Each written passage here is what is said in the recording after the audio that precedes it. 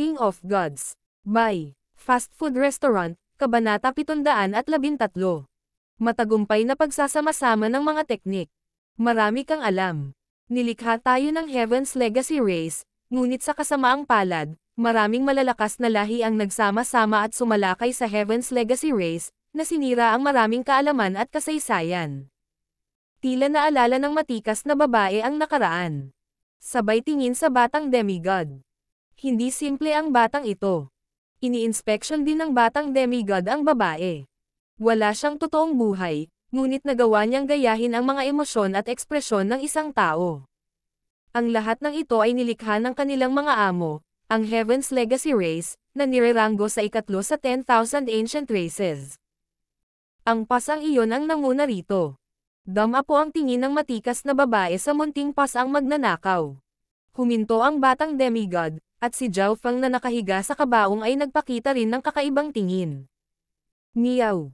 Ang maliit na magnanakaw na pusa ay tumawid sa kanyang mga paanang mapanukso. Napangiti ang eleganteng babae. May malabong impresyon ng ganitong uri ng pusa sa aking mga alaala. Nang marinig iyon, natigilan si Zhao Feng. Ngunit sa kasamaang palad ay malabong impresyon lamang iyon kaya hindi siya makakuha ng maraming impormasyon mula rito. Meow meow. Ang munting pasang magnanakaw ay umalangaw-ngaw na parang hindi nasisiyahan at iwinagayway ang kanyang mga paa, na sumisimbolo na ito ay nag-iisa sa mundo. Sa pag-iisip tungkol sa hindi kapani-paniwalang kakayahan at katusuhan ng maliit na magnanakaw na pusa, kailangang aminin ng batang demigod na mahirap makahanap ng pasang katulad nito. Unti-unting lumipas ang oras habang si Zhao Feng ay nakababad sa asol na yelo na tubig.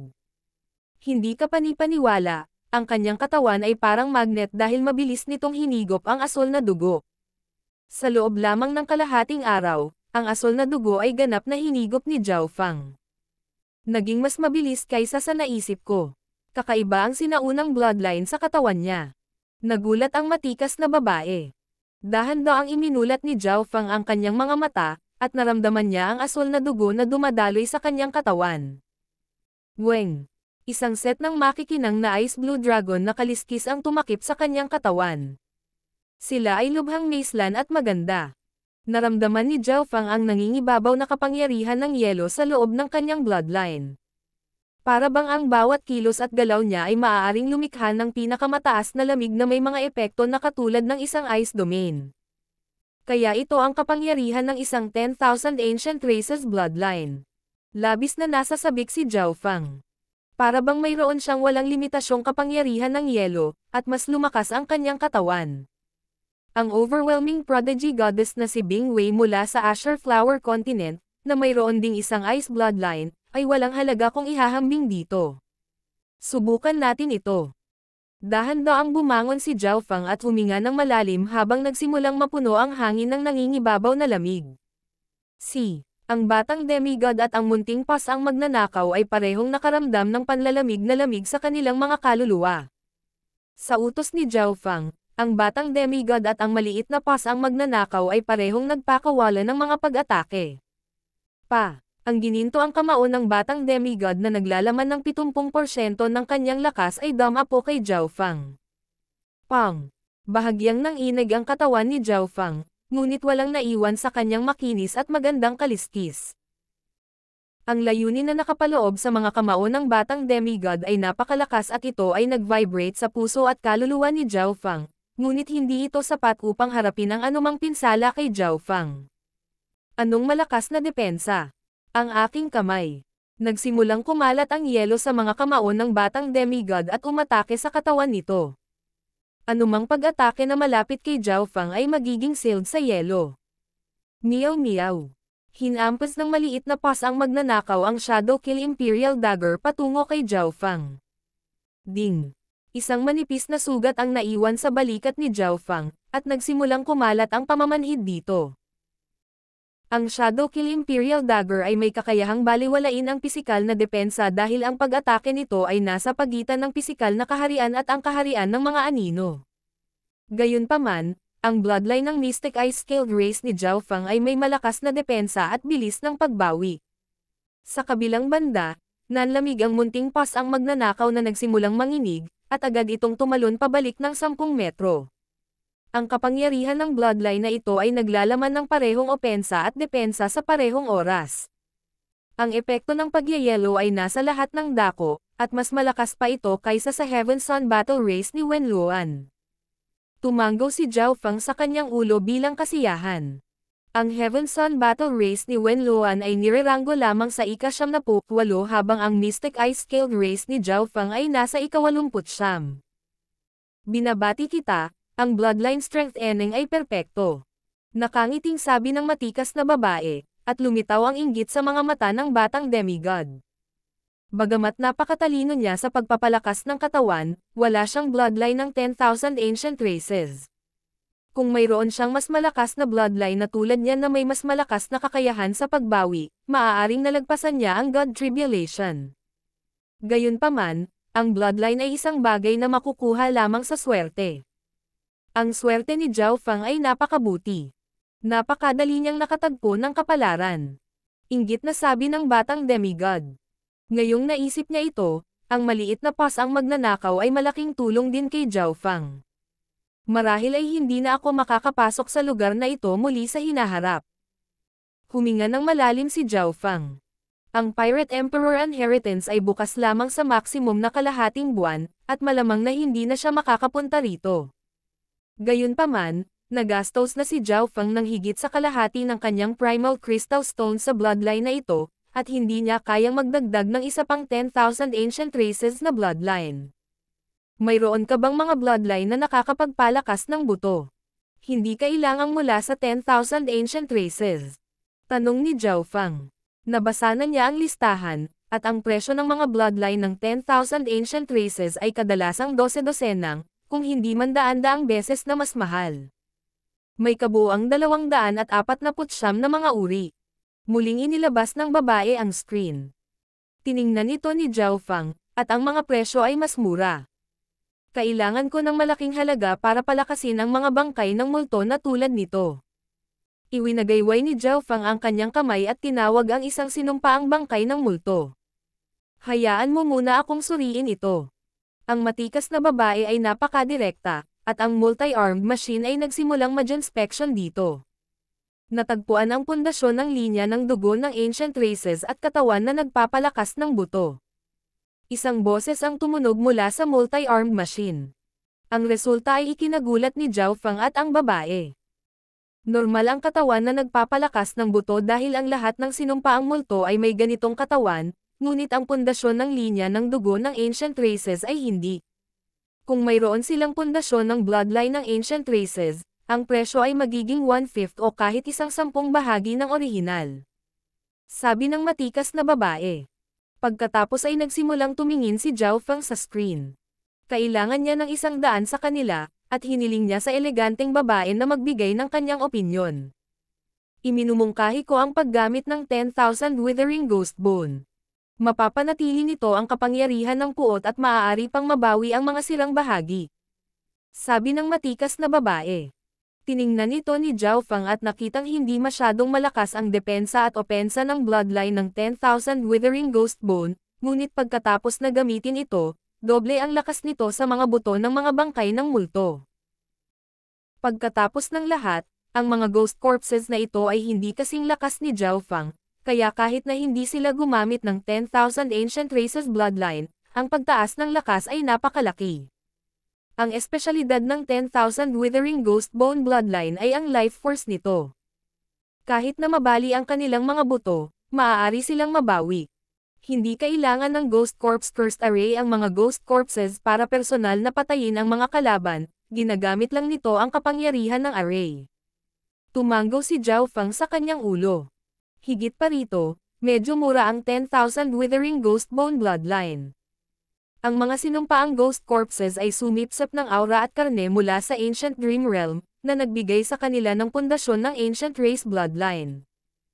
Nangangahulugan ito na ang presyo ay 1/7 bahagi lamang ng orihinal. Sa kabuuan, ang presyo para sa pinagsama-samang pagpapalakas ng daang sinumpaang bangkay ay hindi kahit 1/4 ng kay Zhao Feng. Kailangan ng 100 bangkay ng multo ng 7 araw. Sabi ng matikas na babae. Tumanggo si Zhao Feng at iniwan ang Skeletal Division Leader kasama ang mga isinumpang bangkay ng multo. Ang Skeletal Division Leader ay mayroon ding 10,000 Withering Ghost Bone Bloodline na inilapat dito, na napakabuti para dito. Pagkatapos ay nagsimulang maglakad si Zhao Feng sa sinaunang metal na lungsod. 30% na lang ng aking kayamanan ang natitira. Pakiramdam ni Zhao Feng ay talagang mahirap. Nakakuha siya ng napakaraming mapagkukunan mula sa Purple Saint Ruins, Demigod Forgotten Garden, at sa panahon ng pakikipaglaban para sa Pirate Emperor, ngunit nagastos na niya ang 70% nito sa lungsod na ito lamang. Ang batang demigod ay malinaw na alam ang sitwasyon ni Zhao Feng at hindi gumawa ng anumang labis na kahilingan. Mabuti na lang na walang ginawa si Zhao Feng para hadlangan ang kanyang pag-unlad. Makalipas ang 3 araw, dumating si Zhao Feng sa Divine Techniques Palace. Ang Divine Techniques Palace ay nagbigay ng mga lihim na pamamaraan at mga sagot sa paglilinang. May mga lihim na diskarte na nalampasan kahit na ang Wind Lightning Inheritance at ang Golden Kun Sacred Body dito para ibenta, ngunit ang presyo ay hindi gaanong mas mababa kaysa sa paglipat ng isang 10,000 Ancient Races na bloodline. Mga bisita mula sa malayo, mayroon ka bang anumang mga kinakailangan sa mga kasanayan na gusto mo? Magiliw na ngumiti ang isang scholar na elder na nabuo mula sa puting liwanag. Nagpakita siya ng kakaibang tingin ng damapo ang kanyang tingin sa maliit na pasang magnanakaw, ngunit mabilis itong nawala. Gusto kong palakasin ang aking mga diskarte. Dumiretso si Zhao Feng sa punto. Nasa kanya ang 5 Elemental 10,000 Lightning Technique, ang Golden Kun Sacred Body, at ang Wind Lightning Inheritance sa kanya. Ang layunin ni Zhao Feng ay gamitin ang mga ito bilang batayan at pagsamahin ang mga ito. Tingnan ko. Mahinang ngumiti ang iskolar na elder. Alam ni Zhao Feng na ang elder na ito ay isang imahe lamang ng isang automat at hindi talaga kayang mag-cultivate. Ipinadala ni Zhao Feng ang impormasyon para sa 5 Elemental 10,000 Lightning Technique, ang Golden Kun Sacred Body, at ang Wind Lightning Inheritance sa elder. Mayroon akong impormasyon na katulad ng 3 pamamaraan na ito sa aking bangko ng impormasyon. Maliban dyan, mayroon pa akong mga orihinal na kopya ng 5 Elemental 10,000 Lightning Technique at ng Golden Kun Sacred Body. Kumpiyansa ang ngiti ng matanda, at ang batang demigod ay natigilan.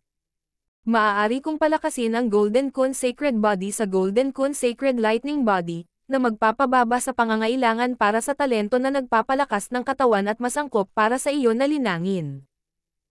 Huminto saglit ang scholar na elder, at hindi napigilan ni Zhao Feng na matuwa ng husto habang ang bibig ng batang demigod ay bamuka ng husto. Nagpatuloy sa pagsasalita ang scholarly elder. Maaari ko ring pagsamahin ang Wind Lightning Inheritance at ang 5 Elemental 10,000 Lightning Technique para likhain ang 5 Elemental Wind Lightning Technique, na magpapalaki ng kapangyarihan nito at maalis ang pangangailangan para sa Lightning Spiritual Body. 5 Elemental Wind Lightning Technique. Mas masaya si Zhao Feng.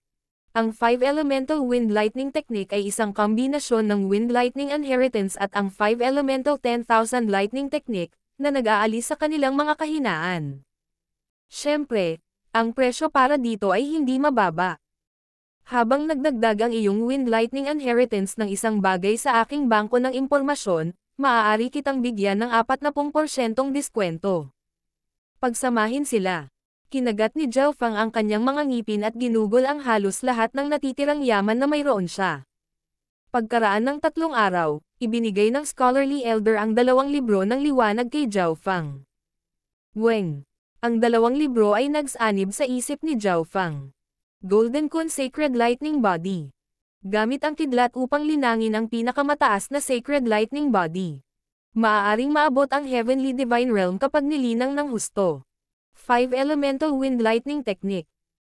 Gamit ang hangin at kidlat bilang pundasyon upang kontrolin ang 5 elemento, ang metal ng Wind Lightning, ang Wood of Wind Lightning, ang Water of Wind Lightning, ang Fire ng Wind Lightning, at ang Earth of Wind Lightning.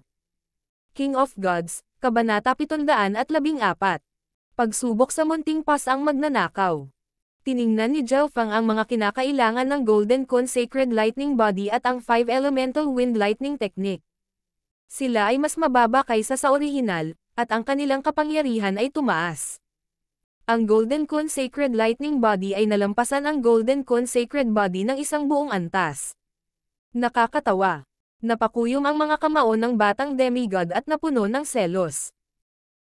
Ibinigay niya ang Golden Kun Sacred Body kay Zhao Feng dahil lamang sa alam niyang hindi ito malilinang ni Zhao Feng sa isang mataas na antas sa loob ng susunod na 1,000 taon, ngunit kahit papaano ay nakuha ni Zhao Feng ang kapangyarihan ng God Tribulation Lightning sa kanyang kaluluwa, at ngayon na ang mga kinakailangan ng Golden Kun Sacred Lightning Body ay nabawasan, madali na itong malinang ni Zhao Feng. Ang kapangyarihan ng kasanayan ay tumaas, at ito ay konektado na sa Dao ng Kidlat. Nakalimutan kong sabihin sa iyo na ang Golden Kun Sacred Lightning Body at ang 5 Elemental Wind Lightning Technique ay mga pamamaraan na nagpupuno sa isa't isa. Dagdag ng Scholarly Elder. Ang Golden Kun Sacred Lightning Body ay isang diskarteng nagpapalakas ng katawan, ngunit kailangan nito ng 5 Elemental Wind Lightning Technique upang suportahan ito. Kung ang isa ay walang 5 Elemental Wind Lightning Technique, magiging mahirap na linangin ang Golden Kun Sacred Lightning Body. Talagang iba ang pinagsamang mga kasanayan. Ginamit ni Zhao Feng ang God Spiritual Eye upang kopyahin ang lahat ng nilalaman, ngunit ang ngiti sa kanyang mukha ay hindi nagtagal nang makita niya ang direksyon kung saan patungo ang 5 Elemental Wind Lightning Technique. Ang 5 Elemental Wind Lightning Technique ay nahahati sa kabuoang 12 antas. Ang unang 3 ay gumagamit ng hangin at kidlat bilang pundasyon, pagkatapos ay sinimulan nitong linangin ang metal, kahoy, tubig, apoy, at lupa mula sa ika-5 antas pataas. Magsisimulang umikot ang 5 elemento. Nagsalubong ang mga kilay ni Zhao Feng. Ang 5 Elemental Wind Lightning Technique ay talagang nalampasan ang Wind Lightning Inheritance, ngunit nilinang na ni Zhao Feng ang Wind Lightning Technique sa isang mataas na antas, at lumakad ito sa ibang landas mula sa 5 Elemental Wind Lightning Technique. Kung gusto kong linangin ang 5 Elemental Wind Lightning Technique, hindi ba ibig sabihin na kailangan kong simulan muli ang paglilinang? Namula ang mukha ni Zhao Feng. Tama, ngunit sa iyong pundasyon sa Wind Lightning Technique, malalampasan mo ang kasalukuyang ikaw sa loob ng 10 taon. Hindi sumang-ayon ang Scholarly Elder. 10 taon. Lumitaw ang mga itim na linya sa noo ni Zhao Feng. Kahit na ang 10 taon ay hindi masyadong mahaba para sa iba, 10 taon ang kabuuang tagal ng oras na ginugol ni Zhao Feng sa paglilinang upang maabot ang kanyang kasalukuyang antas. Kung ang lahat ay mapayapa at tahimik, tiyak na magiging handa si Zhao Feng na linangin ang 5 Elemental Wind Lightning Technique at gamitin ito upang umakma sa Golden Kun Sacred Lightning Body. Pagkatapos ng lahat, ang dalawang pamamaraan na ito ay maaaring magpapahintulot sa kanya na pumunta pa. Gayunpaman, kasalukuyang nahaharap si Zhao Feng sa pursuit of death. Paano siya magkakaroon ng oras upang muling simulan ang paglilinang? Walang perpekto sa mundong ito. Medyo gamaan ang pakiramdam ng batang demigod at nagsimulang tuwang-tuwa.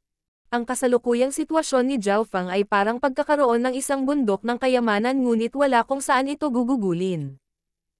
Sa sandaling ito, patuloy na nagbabago ang ekspresyon ni Zhao Feng, at sa wakas ay nakapagdesisyon na siya. Malinaw na hindi niya ma-restart ang paglilinang gamit ang 5 Elemental Wind Lightning Technique at ang Golden Kun Sacred Lightning Body ngayon. Hindi ito makatotohanan. Magpapasya ako pagkatapos ng pursuit of death. Nagsimulang kumalma si Zhao Feng.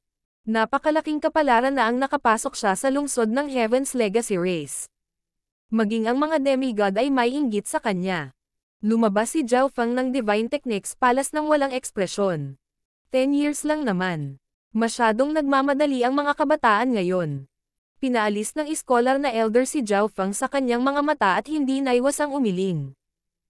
Sa loob ng sinaunang lungsod, dahan-daang naglakad si Zhao Feng at binilang ang yaman na mayroon siya sa kanyang singsing. Ang sinaunang metal na singsing ay karaniwang walang laman. Mahigit 70% ng kanyang kayamanan ay naubos na. Sa ngayon, siya ay lubhang mahirap. Napabuntong hininga na lamang siya habang nakatingin sa lungsod na ito na puno ng kapalaran.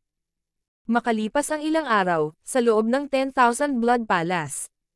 Lahat ng 100 sinumpaang ghost corpses ay mayroon na ngayong bloodline ng 10,000 Withering Ghost Bone Race. Nakangiting sabi ng babae, at siniyasat ni Zhao Feng ang lahat ng mga ghost corpses. Lahat sila ay mas payat at mas kalansay, ngunit ang kanilang lakas ay nadobal.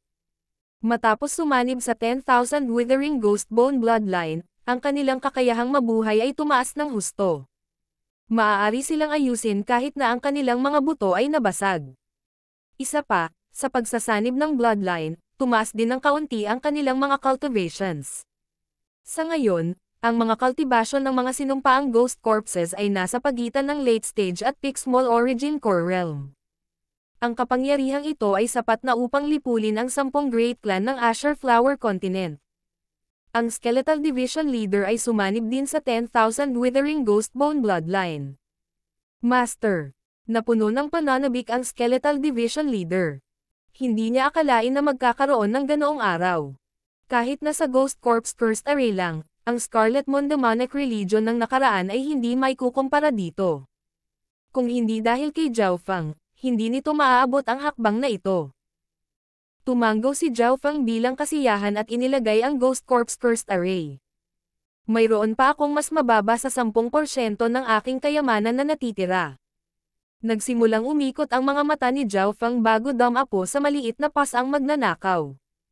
Ang maliit na pasang magnanakaw ay may kakaibang bloodline na dapat ay kapantay man lang ng 10,000 ancient races bloodlines. Maaari mo ba akong tulungang mahanap ang kasaysayan ng bloodline ng pasang ito? Tanong ni Zhao Feng sa malalim na tono. Hihihi, sobrang interesado din ako sa history ng pusa. Susuriin ko ito ng librero. Nakangiting sabi ng babae. Pati ang batang demigod ay curious din. Mula nang siya ay muling nabuhay, palagi siyang binubuli ng pasang ito. Kung matutunan niya ang background ng pusa, maaari siyang mag-isip ng ilang mga plano upang harapin ito sa ibang pagkakataon. Sa pag-iisip hanggang doon, inaabangan ito ng batang demigod. Meow meow. Naglakad ang maliit na pasang magnanakaw patungo sa multi-armed machine, at isang karayom ang tumusok sa katawan ng maliit na pasang magnanakaw. Gayunpaman, ang multi-armed machine ay walang sinabi kahit na pagkatapos ng ilang paghinga. Weng. Ang multi-armed machine ay biglang yumanig at tumigil sa pag-check. Ang babae ay nagsiwalat ng isang natigilan na tingin at siya ay siniyasat ang maliit na magnanakaw na pusa sa hindi makapaniwala.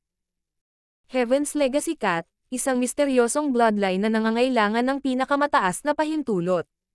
Walang emosyong sinabi ng multi-armed machine. Ang Heaven's Legacy Cat. Nagkatinginan si Zhao Feng at ang batang demigod. Wala pa sa kanila ang nakarinig tungkol sa karerang ito. Paumanhin, ito ay tungkol sa pinakamataas na antas ng mga lihim.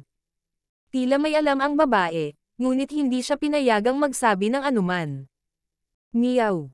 Ang munting pasang magnanakaw ay bumalik sa balikat ni Zhao Feng nang may pagmamayabang, at ang eleganteng babae ay tumingin sa trio ng tao, bata, at pusa na may komplikadong ekspresyon. Wala siyang nalaman tungkol sa linya ng dugo ng mata ni Zhao Feng, at ang kaunting impormasyon na mayroon siya tungkol sa bloodline ng maliit na magnanakaw na pusa ay ang pinakamataas na sikreto. Salamat. Paalam ni Zhao Feng sa babae at umalis sa 10,000 Blood Palace. Wala pang 10% ng kanyang kayamanan ang natitira, ngunit hindi niya alam kung paano niya ito dapat gamitin. Hindi na ako makakatagpo muli ng ganoong kapalaran kahit sa 100 milenyo, naisip ni Zhao Feng. Paano niya dapat gugulin ang kanyang huling natitirang bahagi ng kayamanan? Malaki ang posibilidad na hindi na siya magkakaroon ng pagkakataong makabalik dito. Makalipas ang 1 oras, dumating si Zhao Feng sa array tower, na nagsupply ng ilang array at makakapagpalakas din ng arrays. Ang layunin ni Zhao Feng ay palakasin ang Ghost Corps Cursed Array. Pagkatapos ng lahat, ang hanay na ito ay binuo mula sa ideya ng Purple Saint Partial Spirit, ang labi ng isang sagradong Panginoon, at halos naabot na nito ang potensyal nito. Mga bisita mula sa malayo, ano ang maaari kong gawin para sa iyo? Tanong ng isang babaeng nabuo mula sa liwanag at nakagown. Dumiretso si Zhao Feng sa punto habang inilalabas niya ang Ghost Corps Cursed Array at ang 100 sinumpaang Ghost Corpses. Hindi ito mahirap. Ang babaeng nakagown ay may marangal at matikas na aura, at agad siyang pumayag. Pagkatapos nito, naubos na ang huling natitirang yaman ni Zhao Feng. Makalipas ang ilang oras, isang bagong Ghost Corps Cursed Array ang lumitaw sa kamay ni Zhao Feng. Ang bagong array ay 60% mas malakas, at ito ay may kakayahang lumikha ng mga ilusyon at patigilan ang kalaban. Sabi ng babaeng nakagaw na may kumpiyansa.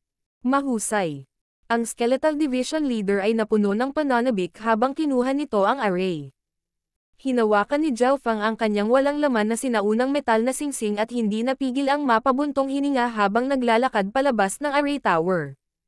Sino ang nakakaalam kung makakapasok akong muli sa lugar na ito sa hinaharap? Napabuntong hininga si Zhao Fang. Ang tao, bata, at pusa ay umalis sa sinaunang lungsod. Naninigas ang ekspresyon ni Zhao Fang nang lumabas siya sa dark green barrier. Pinalibutan ng demonic hellvines ang sinaunang lungsod. Sa loob lamang ng 10 araw, ang lahat ay sakop sa demonic hellvines. Mayroong 8 demonic hellvine kings.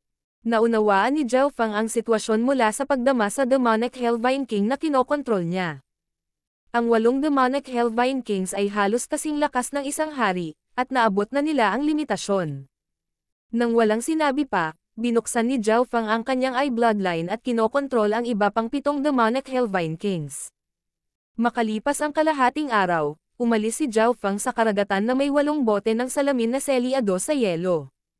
Ang bawat isa sa 8 bote ay naglalaman ng isang demonic hellvine king.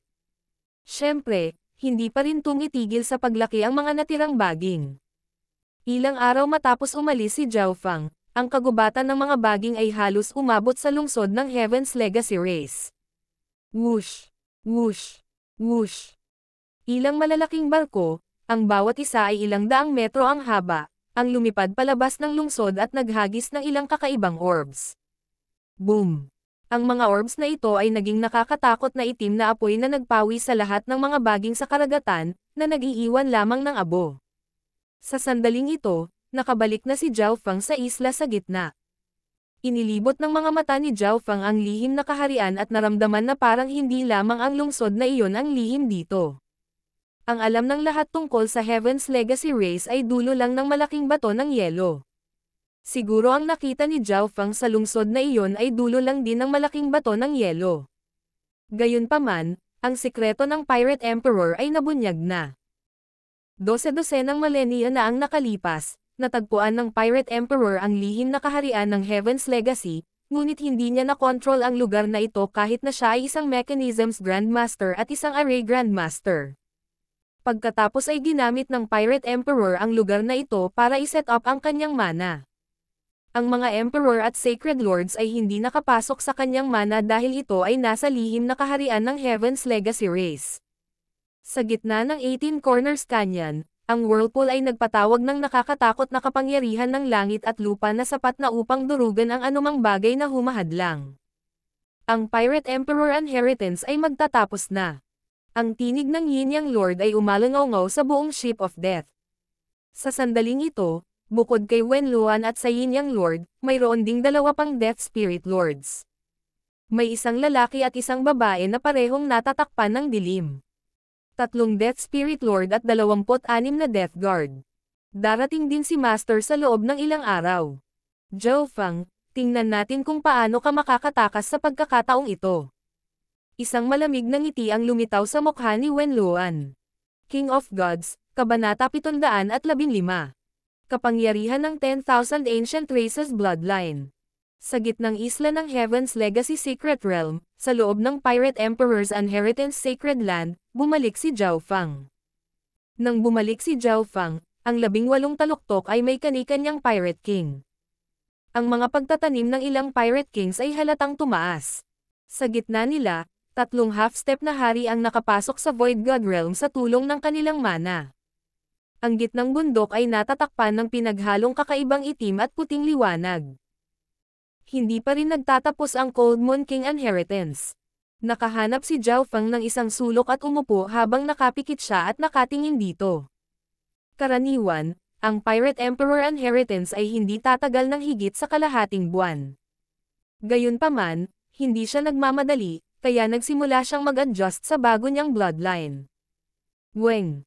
Isang manipis na layer ng pinong asol na kaliskis ang lumitaw sa katawan ni Zhao Fang. Patuloy na umiikot ang asol na dugo sa kanyang katawan. Ang Ice Imperial Spear ay sumanib din sa bagong 10,000 Ancient Races na bloodline. Bloodline Power. Maging ang Ice Imperial Spear ay naging mas malakas. Si Zhao Feng ay lubos na nasisiyahan. Bagamat hindi siya nakakuha ng anumang inheritance o top-tier resources sa Heaven's Legacy City, ito ay isang bihirang encounter. Kinasusuklaman lang ni Zhao Feng na hindi siya sapat na mayaman. Ang buong yaman na nakuha niya mula sa Purple Saint Ruins, Demigod Forgotten Garden, at Pirate Sacred Land ay naubos na lahat. Siyempre, kung ikukumpara sa kanyang nakuha, sulit ang lahat. Ang bloodline ng isang 10,000 ancient race ay hindi mabibili. Higit pa rito, natanggap din ni Zhao Feng ang 5 Elemental Wind Lightning Technique at ang Golden Kun Sacred Lightning Body. Ang kanyang sinumpaang Ghost Corpses at ang kanilang hanay ay kapwa na palakas din. Meow. Ang maliit na pas ang magnanakaw ay naglaro ng Shadow Kill Imperial Dagger at tila nasisiyahang siya. Munting pas ang magnanakaw. Lumitaw ang batang demigod at nagsimulang makipag-usap sa maliit na pas ang magnanakaw. Meow meow. Ang munting pas ang magnanakaw ay tumango at nagsimulang gumalaw kasama ang batang demigod sa paligid ng Center Island. Ang gitnang isla na kanina pa tumahimik ay nagsimulang magkagulo. Tumakbo ang dalawa sa paligid ng Center Island at nagnakaw ng mga mapagkukunan mula sa mga pirata. Nagsalubong ang mga kilay ni Zhao Feng, ngunit hindi niya ito pinigilan. Alam niya na ang batang demigod ay nangangailangan ng mga mapagkukunan ng medallion, kaya naman nakipagtulungan siya sa maliit na pas ang magnanakaw. Hanggat hindi sila lumampas sa dagat, walang pakialam si Zhao Feng. Pagkatapos ng lahat, ang mga pirata na ito ay hindi rin mabubuting tao. Sa loob lamang ng kalahating araw, ang batang demigod at ang munting pas ang magnanakaw ay nakalap ng malaking halaga ng Primal Crystal Stones. Ang takot at sindik ay kumalat sa buong isla, at lahat ng mga pirata ay nagalit.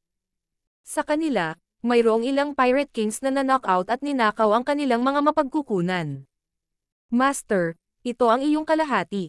Ibinigay ng batang demigod ang kalahati ng mga mapagkukunan kay Zhao Feng at hinati ang iba sa maliit na pas ang magnanakaw ng pantay-pantay. Ang dalawang ito ay marunong sumuhol. Nagpakita si Zhao Feng ng kakaibang ekspresyon, ngunit ilang sandali lang, pinangunahan ng Giant Shark King ang 4 o 5 Pirate Kings at isang grupo ng mga pirata at lumakad. Zhao Feng, ang iyong alagang hayop at alipin ay umiikot sa pagnanakaw sa iba, kabilang ang mga mula sa parehong alyansa na tulad mo. Ang kanilang mga aksyon ay kakilakilabot. Sabi ng Giant Shark King, at pinandilatan ni Zhao Feng ang maliit na pas ang magnanakaw at ang batang demigod. Hindi lang ninakaw ang dalawa sa mga subordinate ng Giant Shark King, nagnakaw din sila sa mga nasa ilalim ng Cold Moon King. Pagkatapos ng lahat, ang mga puwersa ng pirata ay komplikado. Ang munting pas ang magnanakaw at batang si demigod ay hindi nakilala silang lahat. Naglalaban kayong mga pirata sa isla. Ang mas malakas ang mananalo. Ang aking alaga at alipin ay sumasali lang sa iyong laro. Tuloy-tuloy na sabi ni Zhao Feng, at ang mga ekspresyon ng mga pirata ay tumigas. Upang ipaglaban ang mga mapagkukunan at kapalaran, ang mga pirata ay nakipaglaban sa isa't isa kahit na sila ay mula sa parehong alyansa. Ang pagkakaiba lang ay hindi sila naglakas loob na gawin ito ng lantaran. Ngumisi ang batang demigod. Mga paypang pirata. Kung hindi dahil sa aming master, sa tingin mo ba ay napakadali mong nabuksan ang Pirate Emperor Inheritance? Agad na hindi nakaimik ang mga nakatatandang Pirate Kings. Sa pakikipaglaban kay Emperor mo yon, si Zhao Feng at ang batang demigod ay parehong gumanap ng kritikal na papel. Ang Pirate Emperor Inheritance ay nahahati sa 18 magkakaibang mana, at hindi ko kinuha ang alinman sa mga ito. Binibigyan kita ng pagkakataong nakababatang pirata. Matuwid na sabi ni Zhao Feng. Nang marinig iyon, dalawa sa bagong Pirate Kings ay walang masabi. Si Zhao Feng at ang batang demigod ay hindi kumuha ng alinman sa Pirate Emperor Inheritance. Siyempre, kung sino man sa inyo ang ayaw, maaari tayong mag-spar ng kaunti. Nakaupo pa rin si Zhao Feng. Pinigilan ng aura ng kanyang bloodline at kaluluwa ang grupo ng mga pirata. Ang ekspresyon ng Giant Shark King ay patuloy na kumikislap. Lalong naging misteryoso si Zhao Feng, kabilang ang batang may gininto ang balat at misteryosong pusa. Kailangang malaman ng isa na ang trio na ito ay masyadong mapanghamak para tingnan maging ang Pirate Emperor inheritance. Zhao Feng, dahil handa kang sisihin ang iyong alaga at alipin, pagkatapos ay kunin mo ang kamao ko. Tingnan mo kung may kakayahan kang protektahan sila o wala. Sabi ng Giant Shark King sa malalim na tono. Hihihi, Giant Shark King, kung gusto mong subukan ang lakas ko, hindi mo na kailangang mag-ikot. Natatawang sabi ni Zhao Feng. Gusto siyang sisihin ng Giant Shark King ngunit hindi niya alam ang tunay na lakas ni Zhao Feng, at sa nakalipas na ilang araw, nawala ang huli sa kung saan. Mabuti, mabuti, mabuti. Gaya ng inaasahan sa iyo. Gusto kong subukan ang iyong tunay na lakas. Tumawa ng malakas ang Giant Shark King, at hindi nagtagal ay tumayo ang dalawa sa isang bakanteng lupain na walang malapit sa kanila. Ancient Strength. Ang Giant Shark King ay umungal habang ang kanyang balat na parang shell ay lumawak. Ang kanyang katawan ay nagsimulang lumaki at naging kalahating tao na kalahating piting na estado. Doble ang laki niya sa normal na tao. Parang nanginginig sa hangin ang suntok niya. Isang sinaunang shark bloodline na aura at nakakatakot na pisikal na lakas ang nagpang-inig sa mga puso at bloodline ng mga pirata na nanonood. Pagsubok lang ang suntok ng Giant Shark King. Hindi niya ginamit ang kapangyarihan ng kanyang domain. Normal ang ekspresyon ni Zhao Feng. Ang kamaong bakal ay kumikinang na may kulay abong ilaw, at ang kapangyarihang nasa loob nito ay sapat na para pumatay ng isang normal na hari. Kung gayon, subukan natin ito. Tumigil si Zhao Feng at nagsimulang iikot ang kanyang asol na dugo. Isang maselang kaliskis na tila kaliskis ng dragon ang lumitaw sa kanyang katawan. Sa sandaling iyon, ang mga surge ng yelo ay bumagsak sa isang 10 milyang radius sa paligid niya, at ang mas mahihinang mga pirata ay agad na tinatakan sa yelo. Lumitaw ang yelo sa kamao ng Giant Shark King bago dumating ang pag-atake, at isang sinaunang malamig na aura ang nagpang-inig ng bahagya sa kanyang puso. Ang bloodline ng piting ng Giant Shark King ay napigilan at nagsimulang manginig ng hindi mapakali. Itong bloodline, pwede bang? Bulalas ng Giant Shark King. Boom! Ang kaliskis na nagyayelong palad ni Zhao Feng ay perpektong nakaharang sa suntok ng Giant Shark King. Nagsagupaan ang kamao at palad, at isang napakalaking puwersa ang kumalat at bumiyak sa lupa. Kung ito ay nasa labas ng mundo at hindi ang sacred land ng Pirate Emperor, ito ay sapat na upang sirain ang isang normal na isla. Bam! Si Zhao Feng at ang Giant Shark King ay parehong napaatras, at ni isa sa kanila ay tila walang nasugatan, ngunit ang braso ng Giant Shark King ay bahagyang naninigas at natatakpan ng yelo. 10,000 Ancient Races Bloodline. Ikaw. Natigilan ng Giant Shark King. Sa isang iglap ngayon lang, pinigilan ng bloodline ni Zhao Feng ang kanyang sariling bloodline, at magagamit lang niya ang 50 hanggang 60% ng kanyang bloodline strength. Ang pisikal na katawan ni Zhao Feng ay hindi rin mas mahina kaysa sa kanya. Kung hindi dahil sa katotohanan na ang kanyang paglilinang ay mas mataas at nagising niya ang kanyang bloodline sa isang karagdagang yugto, siya ay lubos na natalo ngayon lamang.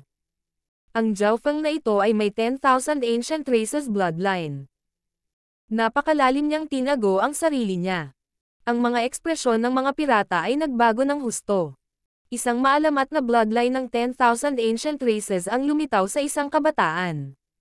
Tulad ng inaasahan sa Mystic Ice Scaled Race, na nireranggo sa nangungunang 100. Pinayagan nito si Zhao Feng na lumaban sa isang Pick-tier King, isang taong mas mataas sa kanya ng ilang maliliit na ranggo. Totoo, hindi ginamit ng Giant Shark King ang kanyang domain o ang kanyang pinakamalakas na True Yuan. Ang paghanga ng batang demigod. Ang cultivation ni Zhao Feng ay halos nasa tuktok ng Great Origin Core Realm. Sa pagitan niya at ng Giant Shark King ay ang Half-Step King pa rin, Early Stage, Middle Stage, at Late Stage King, at sa wakas, Pick-tier King. Mystic Ice Scaled Race, ika-89 na nireranggo sa 10,000 Ancient Race. Ang Giant Shark King ay huminga ng malamig at hindi na makahinga. Kailangang malaman ng isa na ang kanyang bloodline ay kakaiba rin at malapit sa lakas ng isang 10,000 Ancient Races bloodline. Siya lang ang nakipag-away kay Emperor mo yun, kahit na pansamantala lang. Gayunpaman, Ang 10,000 ancient races ay nireranggo. Marami sa mga maalamat na bloodline na ito ay wala na ngayon. Bagamat tinawag itong 10,000 ancient races, 1,000 lamang o higit pa ang tunay na naitala. Ang mga nasa ranggo sa pinakamataas na 100 ay may sariling kakayahan na lumalaban sa langit. Inheritance Bloodline. Umupo si Zhao Feng at ipinikit ang kanyang mga mata. Ang impormasyon tungkol sa kung paano gamitin ang kanyang bloodline ay lumitaw sa kanyang isipan, at bagamat mayroong maliit na halaga nito, ito ay mas malalim kaysa sa Wind Lightning Inheritance. Zhao Feng, minaliit ka namin. Huminga ng malalim ang Giant Shark King at umalis kasama ang iba pang mga pirata. Kailangan nilang aminin na si Zhao Feng ay mayroon na ngayong battle power na maihahambing sa isang Pick-tier King. Pagkatapos ng lahat, mayroon pa rin siyang natitirang bilis at ang misteryosong Eye Bloodline. Ang life force at bilis ng pagbawi ng isang 10,000 ancient races bloodline ay hindi mabilang na beses na mas malakas kaysa sa mga normal na bloodline. Higit pa rito, misteryoso rin ang batang demigod at maliit na pas ang magnanakaw. Sa paglipas ng panahon, kumalat ang pangalan ni Zhao Feng sa buong isla. Sa isang tiyak na sandali sa oras. Weng! Ang itim at puting liwanag sa gitnang bundok ay nagsimulang magtipon, at isang malakas na aura ng kaluluwa ang kumalat sa hangin kasama ang isang imperial power. Yung aura. Ang mga katawan ng mga pirata sa isla ay nanlamig, at isang liwanag ang sumilay sa mga mata ni Zhao Feng. Ang Pirate Emperor Inheritance ay hindi dapat maliitin. Tila, maaari itong lumikha ng mga emperor ng napakabilis. Parang totoo. Ang batang demigod ay tumingin sa bundok na may komplikadong ekspresyon. Isang babaeng may talam at espada sa likod ang malamig na tumingin sa ibaba habang tinatakpan siya ng liwanag ng buwan. Nakasuot siya ng korona, at ang kanyang ekspresyon ay nagyayelong. King of Gods, Kabanata 716. Paulit-ulit na pakikipagkita sa mga Death Guards. Pagbati, Pirate Emperor. Yumuko lahat ang mga pirata. Ang Cold Moon King ay lumabas na mula sa Pirate Emperor's Inheritance, at ang kalangitan ay napuno ng isang nagyayelong pilak na liwanag ng buwan, na parang pumasok sila sa kalawakan. Napuno ng liwanag ng buwan ang buong lugar, at naramdaman ng mga pirata na parang pinutol ng matalim na kutsilyo ang kanilang mga katawan. Ang malamig na layunin ay naglakbay sa kanilang mga kaluluwa. Kung kinakailangan, ang isang pag-iisip sa kanya ay maaaring hatiin ang anumang bagay sa 10,000 piraso. Sobrang bilis. Ang takot sa mga mata ng Giant Shark King ay napalitan ng respeto. Eksaktong sinabi, ang Cold Moon King ngayon ay ang Cold Moon Emperor. Peak Void God Realm. Ang kanyang kaluluwa ay umabot na sa pinakamataas, at siya ay may napakataas na pagkakatugma sa langit at lupa. Nakita ng God Spiritual Eye ni Zhao Feng ang mga pagbabago sa Cold Moon Emperor. Ang kanyang spatial domain ay naging isa na may malapit na langit at lupa. Walang kapintasan dito. Bukod pa riyan, ang misteryosong koro ng suot niya ay nakakuha rin ng mata ni Zhao Feng. Ang mahiwagang koronang ito ay kahit papaano ay konektado sa 18 taluktok at sagit ng bundok. Hindi lamang naging emperor ang Cold Moon King, ang misteryosong korona ay nagbigay din sa kanya ng isang uri ng proteksyon. Pagbati, Pirate Emperor. Ang mga Pirate Kings ay nagpatuloy at nagbigay ng kanilang paggalang at katapatan. Ang mahiwagang koronang taglay niya ay maaaring magpatawag ng Pirate King Token. Cold Moon Emperor, binabati kita. Ikaw na ngayon ang pinakamataas na pinuno ng Pirate Sacred Land. Ngumiti ang Giant Shark King at yumuko. Kahit na siya ay nasa Pick-tier King level, kailangan niyang yumukod sa Cold Moon Emperor. Maaaring ipatawag ng Pirate Emperor ang iba pang Pirate Kings, at sila ang namuno sa Pirate Sacred Land. Ito ang batas ng Pirate Sacred Land. Ang lakas at katayuan ng Cold Moon Emperor ay umabot na sa pinakamataas. Zhao Feng, lahat ito ay salamat sa iyo. Ang Cold Moon Emperor ay nagpahayag ng isang pambihirang ngiti at pasasalamat. Shua. Sa isang hakbang lang, nakarating na siya sa tabi ni Zhao Feng. Para siyang lumitaw sa manipis na hangin. Nagulat si Zhao Feng. Maging ang mga emperor ay walang kakayahang lumipat ng ilang libong milya sa isang hakbang.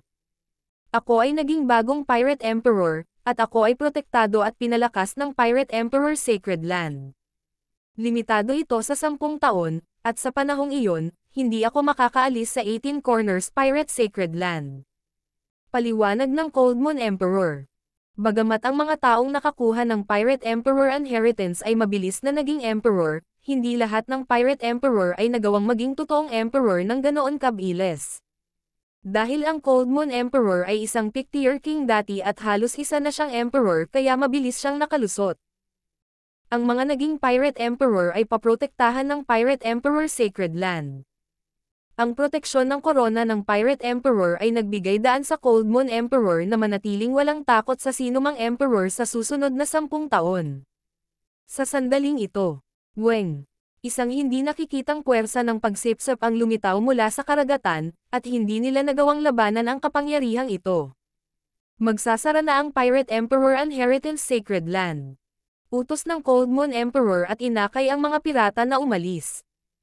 Inalis ni Zhao Feng ang ghost ship at umupo sa barko ng Cold Moon Emperor habang naglalayag sila sa higanteng whirlpool. Sa labas ng mundo, sa gitna ng 18 Corners Canyon. Boom! Ang mga barko ay patuloy na nagsimulang lumitaw mula sa gitna ng whirlpool, kasama ang mga aura ng maraming hari at emperor. Ang lakas ng Pirate Kings ay tumaas ng husto pagkatapos ng kanilang paglalakbay, at naramdaman ni Zhao Feng na ang koneksyon sa pagitan ng kanyang ghost ship at ng Pirate Sacred Land ay naputol. Sa ngayon, hindi na siya pinaghihigpitan, at maaari na siyang umalis kasama ang ghost ship kahit saan. Ilang libong milya ang layo sa kailaliman ng walang limitasyong karagatan. Pag-uulat sa Death Spirit Lord, ang mga pirata ay lumabas na. Isang Death Guard na kalahating lumuhad sa deck. Lumabas na ba si Zhao Feng? Puno ng pagkainip ang mukha ni Wen Luan. Shua. Isa pang Death Guard ang lumitaw sa sandaling ito. Mag-ulat. Masamang balita. Ang bagong Pirate Emperor ay naging Void God Realm Emperor na ngayon. Sabi nitong Death Guard. Void God Realm Emperor. Ang mga ekspresyon ng Yin Yang Lord at ng iba pang Death Spirit Lords ay nagbago ng husto. Ang alyansa ng pirata ay mayroon ng maraming hari, at ngayon ay may isang Emperor. Hindi iyon maganda. Ang bagong Pirate Emperor ay paprotektahan ng Pirate Sacred Land at napakahirap talunin. Sabi ng isang babaeng nakasuot ng itim na damit. Siya ay may maputlang ekspresyon at napapalibutan ng kakaibang puting kulay na apoy. Puting-puting lahat ang balat niya, para siyang multo. Isa rin siyang Death Spirit Lord. Ang isa pang Death Spirit Lord ay isang lalaking nababalot ng dilim na tila walang misa. Ang kanyang pares ng dark green na mata ay tila lumutang lang sa hangin. Witch King, Dark Soul King, sabihin sa iyong mga nasasakupan na itago ang aura ng kanilang token of death, at sabihin sa Death Guards na kumalat. Utos ng Yin Yang Lord. Isang Emperor ang lumitaw. Bumungad sa mukha ni Wen Luan ang hindi pagpayag. Sa ngayon, sa halip na habulin si Zhao Feng, kailangan nilang magtago mula sa kanya. Ang kailangan lang nating gawin ay bantayan si Zhao Feng. Nagpapahinga si Master at darating pagkalipas ng ilang araw. Matatapos din ang lahat. Garalgal ang boses ng Yin Yang Lord at umalangaw-ngaw sa buong hangin. Sa 4 na Death Spirit Lords, ang Yin Yang Lord ay isang Pictier King, at siya ang pinakamalakas sa kanila. Maghihiganti ako. Isang beses namatay ang Black Hell Lord para sa akin at hindi pa rin nakaka-recover. Naikuyom ni Wen Luan ang kanyang mga kamao habang pinupuno ang kanyang mga mata ng pagpatay na layunin. Nang pumasok sila sa Demigod Forgotten Garden, kinuha ni Wen Luan ang isang Death Spirit Lord gamit ang isang lihim na pamamaraan, ngunit ang mga batas ng Demigod Forgotten Garden ay napakalakas, at hindi magagamit ang mga puwersa ng labas. Sa huli, nang siya ay nawasak sa sarili, ang Black Hell Lord ang sumabog sa pagsabog at nawasak. Sa sandaling iyon, bumaba pa nga ang cultivation ni Wen Luan, at kahit na ang Black Hell Lord ay may natitira pang bahagi ng kanyang kaluluwa, hindi pa rin siya gumaling. Sa makatuwid, 3 Death Spirit Lord lamang ang dumating. Luan, maghintay ka lang. Kapag umalis si Zhao Feng sa Pirate Sacred Land o dumating ang Emperor, ang lahat ay matatapos. Sabi ng maputlang Witch King. Sa gitna ng 18 Corners Canyon. Zhao Feng, hindi ka ba talaga pupunta sa handaan ko? May utang pa akong pabor sa iyo. Ngumiti ang Cold Moon Emperor at sinabi. Nang dama po ang kanyang mga mata kay Zhao Fang ay napalitan ng malabong ngiti ang kanyang panlalamig. Para siyang nakababatang kapatid na nakatingin. Sa pinakakagalang-galang na Pirate Emperor, ang subordinate na ito ay mayroon pa ring mga kagyat na bagay at hindi maaaring manatili. Sana ay maintindihan ng kamahalan. Bahagyang biro ni Zhao Fang. Bagamat magalang ang kanyang mga salita, ang kanyang tono ay hindi. Pagkatapos ng kanilang labanan sa buhay at kamatayan, sila ay magkaibigan. Sige, hindi kita pipilitin, pero kung may problema ka, pwede mo akong hanapin. Hindi ako dapat aalis sa 18 Corners Pirate Sacred Land sa loob ng susunod na 20 taon. Nadismaya ang Cold Moon Emperor. Karaniwan, kapag ang mga Pirate Emperor ay naging Void God Realm Emperors, hindi nila gustong maging Pirate Emperor sa natitirang bahagi ng kanilang buhay. Ang layunin ng mga Emperor ay ang rurok ng Great Tao, ang katotohanan sa likod ng immortalidad. Ang Heavenly Divine Realm ang kanilang target, at ang mga gantimpala mula sa pagiging isang pirata ay magiging hindi gaanong kaakit-akit sa isang Emperor. Siyempre, dahil sa mga alituntunin ng Pirate Crown, ang Cold Moon Emperor ay kailangan pa ring manatili dito ng hindi bababa sa 10 taon, at dahil gustong-gusto niya ang lugar na ito, mananatili siya ng isa pang 10 o 20 taon bago umalis at subukang masira. Hanggang sa matataas na kaharian. Palam. Hindi na nagtagal si Zhao Fang. Whoosh! Lumipad sa ere ang ghost ship at nawala sa mga tingin ng Pirate Kings.